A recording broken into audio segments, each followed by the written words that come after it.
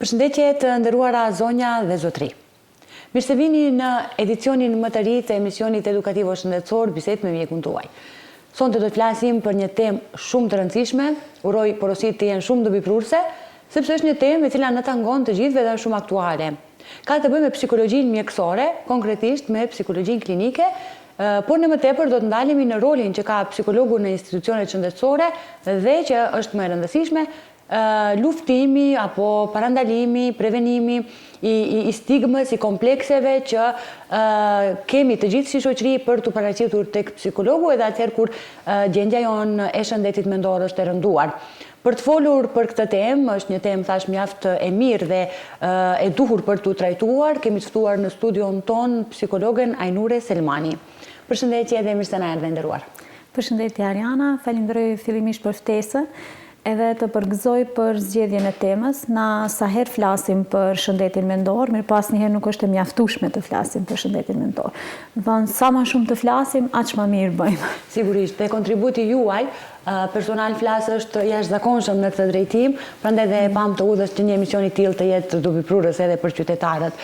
Atëherë fillimisht të ndalemi në atë që pak më herët e përmenda, Ajnure, pse stigma vazhdon apo pse edhe në këtë kohë bëhet fjalë për stigmë kur jemi tek shëndeti mendor? Pikrisht, mirë po fillimisht unë do kisha desh ne ta trajtojmë së bashku termin apo për kufizimin stigmë dhe pastaj të kalojmë në atë se pse na si shoqëri ende flasim për stigmën. Stigma është qëndrim paragjykues edhe përjashtues i personave të cilët ka një vështirësi psikologjike. Ajo manifestohet përmes frikës, përmes turpit, përmes etiketimit të personave, edhe bëjnë që personi të ndjehet në faj pse ai është në një gjendje të tillë psikologjike apo pse gjendet në një vështirësi emocionale. Ky është një përkufizim i stigmës, ndërsa nëse kalojmë në atë pjesën se pse na si shoqëri ende flasim për stigmën, edhe stigmën e shëndetit mendor, na flasim për këtë për shkak se te na ende shëndeti mendor shihet si diçka e paprekshme, si diçka që duhet fshehur, si diçka që nuk duhet folur, nuk duhet prekur, edhe nuk duhet parë. Duke u nisur nga kjo, na flasim për stigmën ende. Shumë njerëz ende mendojnë se ti të vuajsh nga një problem psiqik apo të kesh një vështirësi emocionale, ty të bën të jesh më i paftë, të bën të jesh më i dobët, të bën të jesh jo normale. Po ka etiketime të tilla në shoqëri që realisht pastaj personat i vëjnë në dyshim, a duhet unë kërkuar ndihmë diku për gjendjen time emocionale apo jo? A është turp të kërkoj ndihmë ose jo? Dhe kjo e bën që ato të hezitojnë edhe të mos kërkojnë ndihmë edhe të mos e marrin trajtimin e duhur. Realisht në psikologji, po sidomos në psikologjinë mjekësore, personi apo individi shihet si tërësi, edhe nuk ndahet shëndeti fizik nga i psiqik. Sa ka rëndësi shëndeti fizik, po aq rëndësi ka edhe shëndeti mendor apo shëndeti psiqik i individit. Sigurisht një shëndet mendor jo i mirë apo në momentin kur na kaplon le të themi stresi, sigurisht që edhe fiziku jon, edhe në fizikun ton manifestohet, edhe fiziku jon nuk është mirë, prandaj janë në një proporcion apo në një paralele bashkë. Megjithatë, si ndikon stigma tek njerëzit që kanë probleme shëndetësore, për shembull le të themi tek pacientët? Realisht stigma ndikon shumë fort tek pacientët edhe te personat të cilët vuajnë nga një sëmundje fizike e cila është e shoqëruar me simptoma psiqike apo me vështirësi emocionale. Si do themi, pacientët shpesh i fshehin simptomat emocionale. Edhe të parat, nëse shkon në mjek, se zakonisht mjekët më japin këtë feedbackun se pacientët fillimisht fillojnë të tregojnë simptomat fizike, me dhëmë kohë, kam këtë, kam atë, mirë po gjithmonë duke qëndruar të ato fiziket. Edhe ato vështirësitë emocionale, ato simptomat të cilët lidhen me shëndetin mendor, mundojnë t'i mbajnë ose për vete, ose t'i fshehin edhe t'i zhdukin dikundi. Që një mjek, unë them gjithmonë që një mjek i mirë, gjithmonë duhet të shkoj paralelisht, të ndjek edhe simptomat fizike dhe ato psiqike dhe të kërkoj ndihmë pastaj nga një psikolog apo një psikolog mjekësor që është i punësuar aty në institucionin e tyre. Shpesh herë ndodh edhe nga ana e pacientëve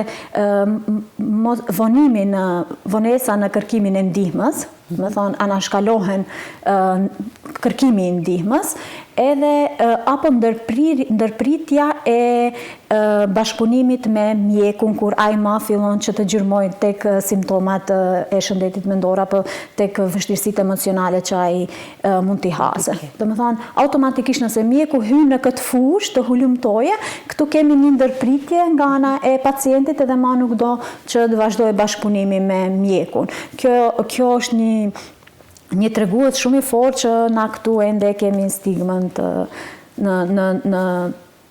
në fjalë. Po, sigurisht kjo pastaj edhe rëndon edhe më shumë gjendjen shëndetësore. Sigurisht kjo fshehja e këtyre simptomeve që përmendet pak më herët.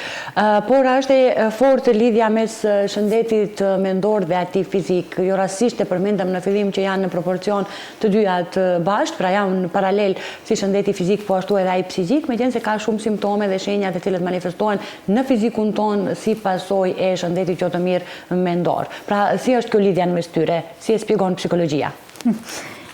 Mendja dhe trupi në psikologji shihen një, nuk shihen të ndara. Realisht na edhe në popull e kemi një thënie që mua shumë më pëlqen, në shoqëri përdoret një mendje e shëndosh në një trup të shëndosh, apo anasjelltas. Kjo na vërteton që simptomat fizike lidhen me ato emocionale apo e kundërta, ato emocionale lidhen me fizike. Nëse na kemi një depresion, vuajmë nga ankthi, vuajmë nga stresi, automatikisht trupi jon fillon të reagojë me pagjumësi, me çrregullime të gjumit, me humbje të oreksit, me lodhje kronike, me tension të lartë të gjakut, apo edhe shumë simptoma të tjera të cilët këto janë fizike tash. Mirëpo, si rezultat i një vështirësie psikologjike apo psiqike që na realisht nuk e parashohim që ta tregojmë në fillim, se unë këta simptoma i kam për shkak se ndjehem kështu. Po fillimisht i plasojmë gjithë simptomat fizike, edhe vejmë tash këtu në dyshim mjekun, a ka pacienti diçka që është vërtet fizike, ose këto simptoma fizike vinë nga diçka ma e thellë dhe që mund të jetë një vështirësi emocionale që ajo është duke e përjetuar. Thash edhe më herët se në psikologji shihet mendja edhe trupi si diçka një, si diçka e përbashkët. Edhe psikologët mjekësor realisht shumë lehtë e detektojnë se një pacient, konkretisht do flasim për pacientët, një pacient i cili është i mbështetur emocionalisht, se sa ma shpejt edhe se sa ma mirë mund të shërohet në kundër një pacienti i cili nuk është i mbështetur emocionalisht, sa të vështirë edhe sa ma të rëndë ka procesin e trajtimit apo procesin e shërimit, mjekimit, siç njihet në terma të mjekësisë. Po, do me thënë shëndeti fizik në proporcion gjithmonë me atë psiqik. Por megjithatë personat të cilat kërkojnë ndihmë, sigurisht që ekzistojnë realisht paragjykime të shumta dhe komplekse të shumta në këtë drejtim. Pra, si formohen këto paragjykime ndaj personave që kërkojnë ndihmë? Pra, sigurisht që duhet të edukohet shoqëria për të luftuar këto paragjykime ndaj personave që kërkojnë ndihmë psikologjike apo psikiatrike, por megjithatë si formohen këto paragjykime? Nga e kanë bazën, pra nga rrjedhin? Ashtu si që tha edhe ti, Ariana, realisht si në çdo fushë tjetër, si në çdo vend tjetër, edhe këtu janë formuar paraprakisht paragjykime, të cilët paragjykime na e them me shumë diçka që është e mirë që këto paragjykime janë duke u zbutur në shoqërinë tonë, edhe kjo është diçka shumë pozitive dhe e mirë, sidomos mbas kohës së pandemisë, paragjykimet për shëndetin mendor janë duke ulur, mirë po nuk mund të themi që janë anashkaluar plotësisht. Nga vinë paragjykimet edhe na këtu mundemi ta vënojmë keq informimin, mos informimin në kohë, apo njerëzit nuk e kanë idenë se çfarë është roli i një psikologu. Edhe pastaj normalisht kur nuk e dish rolin e një psikologu, ke frikë nga një profesionist i tillë. Këtu mundemi të shtojmë edhe mediat, komunitetin, shoqërinë, komentet e shoqërisë, përvojat jo të mira, përvojat të gabuara të cilët futen, edhe pastaj këto sa më shumë e forcojnë këtë paragjykim edhe perceptimin për psikologun. Këtu mundemi të fusim edhe edukimin në familje, edukimin në shkolla, nëse një fëmijë është rritur në një familje ku vështirësitë emocionale apo emocionet, gjithçka që ka të bëjë me shëndetin mendor, është minimizuar apo është parë me tallje, normalisht që ai nesër do kese turp apo do kese frikë që të kërkoje ndihmë te një profesionist, te një profesionist i shëndetit mendor. Ose do e shohe psikologun me paragjykime, pasi ato paragjykime prej në fëmijëri kanë filluar të zhvillohen tek individi. Me qenë se Ajnur e përmendet fëmijërinë, unë dua të ndalem pak tek çështja e stigmës dhe tek çështja e të rinjëve dhe atyre më të moshuarve. Ku është më e fortë stigma, tek të rinjtë apo tek të moshuarit? Pra nëse mund të bëhet një komparacion i tillë dhe pse? Realisht unë këtu në statistika nuk është që kam një informacion të saktë, mirë po nga ajo që e shoh në përditshmëri dhe nga ajo që kam ndjekur punën në teren, realisht stigma është më prezente tek personat më të rritur, realisht e personat e moshuar. Pse do themi ne? Për shkak se ato në kohën kur kanë qenë të rinj, psikologjia ka qenë tabu, të kërkosh ndihmë te psikologu ka qenë tabu, edhe tash është më e vështirë që ato paragjykime dhe ato qëndrime ndaj psikologut dhe ndaj shëndetit mendor në përgjithësi të zbuten.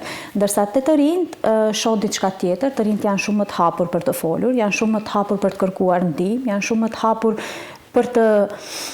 për t'i ofruar një profesionistit shëndetit mendor edhe për ta zgjidhur problematikën që ato e kanë me veten.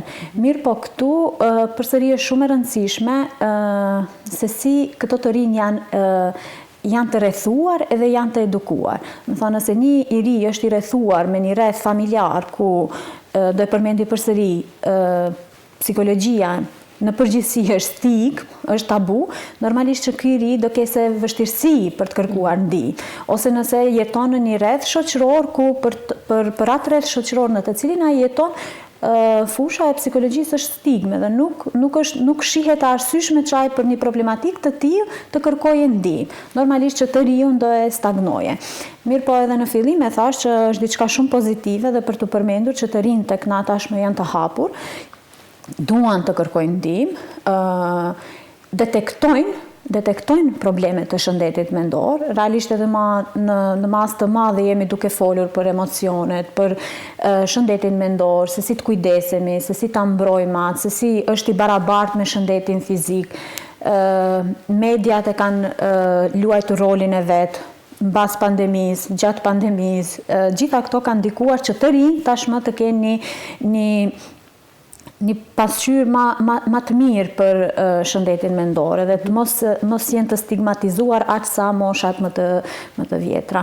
Të moshuarit realisht sapo ti t'ua ofrojsh një ndihmë të shëndetit mendor, me njerë aty e ke atë kufirin që vendosin se une ty e qka të dukem, çfarë mendosh që çfarë problemi unë mund të kesha me shëndetin mendor, unë jam shumë mirë, dhe vazhdojnë biseda mande dhe direkt vendos një kufi që ti nuk mundish të prekish dalje. Megjithatë, një rol të rëndësishëm kanë sigurisht edhe institucionet në largimin e paragjykimeve apo stigmave ose në parandalimin, le themi, të çrregullimeve të kësaj natyre, por megjithatë të ndalemi pak në institucionet shëndetësore.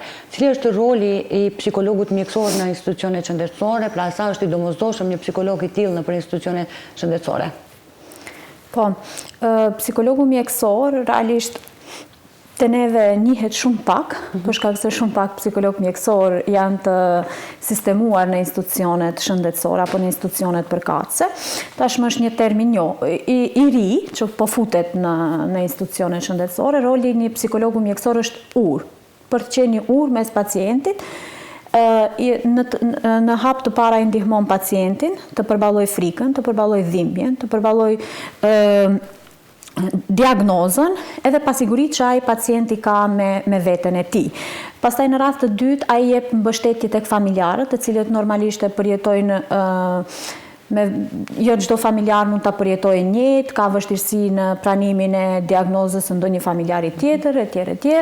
Pastaj psikologu mjekësor jep mbështetje edhe tek stafet mjekësore në institucionet shëndetësore ku punon, ku këtu mund të themi që psikologu mjekësor realisht e bën më efektiv edhe më të sigurt gjithë këtë proces që është duke ndodhur në një institucion shëndetësor.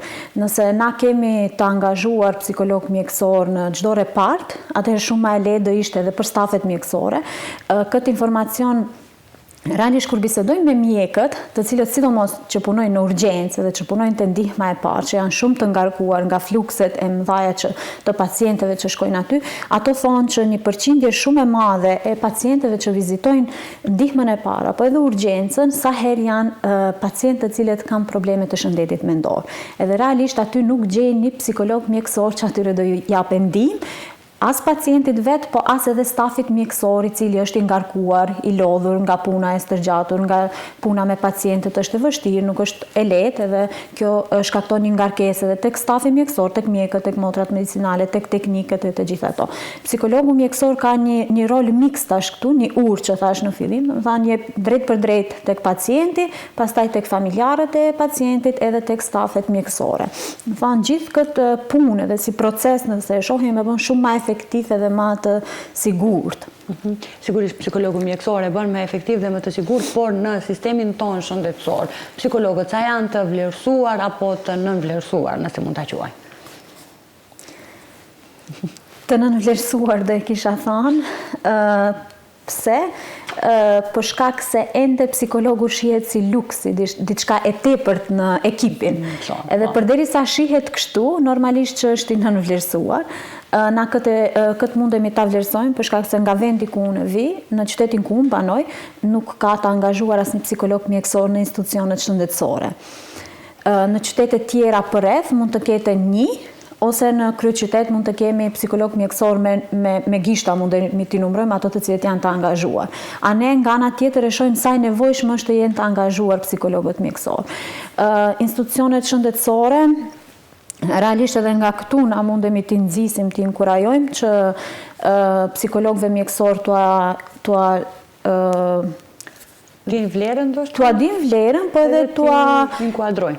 Ti inkuadrojnë. Këtu desha të dalë, ti inkuadrojnë në pozitat ku atyre realisht të takojnë, edhe do a bëjnë më të lehtë gjithë procesin. Gjithë procesin janë të nënvlerësuar. Janë të nënvlerësuar përderisa na ende nuk kemi të angazhuar psikolog mjekësor, përderisa s'kemi të angazhuar edhe shihet ende si luks edhe si diçka ekstra në ekip. Domethënë nëse dikun ka psikolog mjekësor, shihet, po ju keni psikolog mjekësor, do të thotë që ju pas keni diçka më tepër, diçka luks, nuk është diçka esenciale. Ndërsa vendet perëndimore çka na tregojnë? Vendet perëndimore na tregojnë se na ato atë shumë janë të fokusuar në këtë drejtim, edhe se sa shumë psikolog mjekësor kanë të angazhuar në për institucionet shëndetësore. Do të thonë, vendet europiane në çdo repart kanë të angazhuar një psikolog mjekësor. Edhe ai psikologu mjekësor e bën edhe më efektive punën, edhe më të lehtë punën për stafin mjekësor, po njëkohësisht jep edhe mbështetje të drejtë për drejtë te pacientët, e bën më të lehtë përballimin. Edhe tek familjarët që ato ta përballojnë më lehtë një smundje të një antarit të familjes. Sa e rëndësishme është të kesh psikolog mjekësor në repartet e pediatrisë. Na kemi fëmijë të cilët dalin nga repartet të traumatizuar vetëm për shkak të një infuzioni që e kanë marrë, për shkak se natyra e fëmijës është ashtu që duhet ta marrish me të qetë, të flasësh paraprakisht, i tregosh se çka do ndodhje. Ky është një roli një psikologu mjekësor. Thjesht do informoje fëmijën se çka do ndodhje, si do ndodhje, çka do bëhet me ty.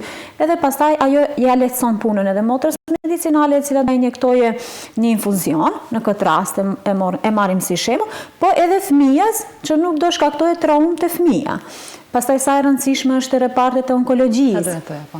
Sa e rëndësishme është në një raport kirurgjikal. Do të thonë përpara se të hyjë personi apo pacienti në një sallë operacioni të kryen një ndërhyrje kirurgjikale, sa e rëndësishme është për individin vetë që të ketë një përkrahje nga një psikolog mjekësor. Thjesht një bisedë ta krye me psikologun mjekësor, atë e bën pak më të qetë, e bën më të sigurt, edhe kështu që i ndihmon edhe stafit mjekësor.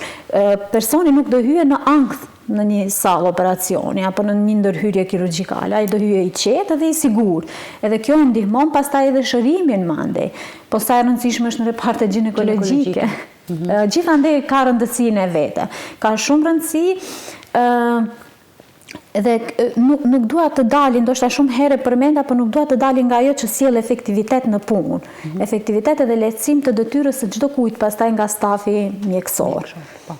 Dhe ajo që besoj që mund të bëjmë ne të gjithë si shoqëri, cila do të ishte për ta larguar stigmën, për të larguar paragjykimet komplekse dhe për ta kuptuar që edhe psikologu, qoftë psikologu mjekësor, është i njëjtë si stafi mjekësor. Pra njëjtë sikurse kemi dhimbje për shembull në një ekstremitet dhe paraqitemi në mjek të caktuar, njëjtë duhet të paraqitemi edhe në psikolog atëherë kur ne e shohim të nevojshme se na është rënduar, le të themi sistemi, le të themi mendja jon ose shëndeti jon mendor dhe pikërisht kjo pastaj shpihet thash pak më herët edhe në patologji fizike. Si mund të largojmë këto stigma dhe si mund të kemi një shoqëri kur psikologu sigurisht që do të jetë i barabartë me mjekun? Fillimisht do e kisha përmendur edukimin e hershëm. Edukimi këtu ka një rol shumë të rëndësishëm. Edukimi i hershëm si në familje, ashtu edhe në shkolla, që të flasim sa më shumë për vështirësitë emocionale, të flasim sa më shumë për gjendjet emocionale të përgjithshme, pastaj edukimi mediatik do kishte këtu një rol shumë të madh në uljen e stigmës, kërkimi i ndihmës, ato persona të cilët kanë kërkuar ndihmë, kanë gjetur zgjidhje, ofrimi atyre në shoqëri se si përvojat e tyre në shoqëri pozitive, gjitha kjo do kishte ndikuar pozitivisht edhe do kishte ulur stigmën. Nëse një person pas një vështirësie psikologjike është trajtuar